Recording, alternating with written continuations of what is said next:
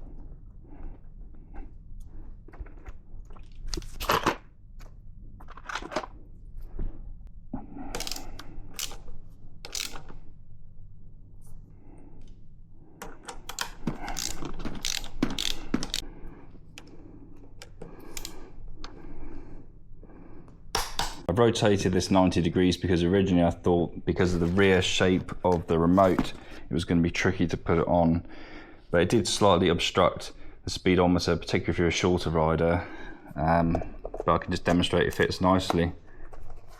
It's on, just about clears the tank bag, which is perfect for me, and when you're on the bike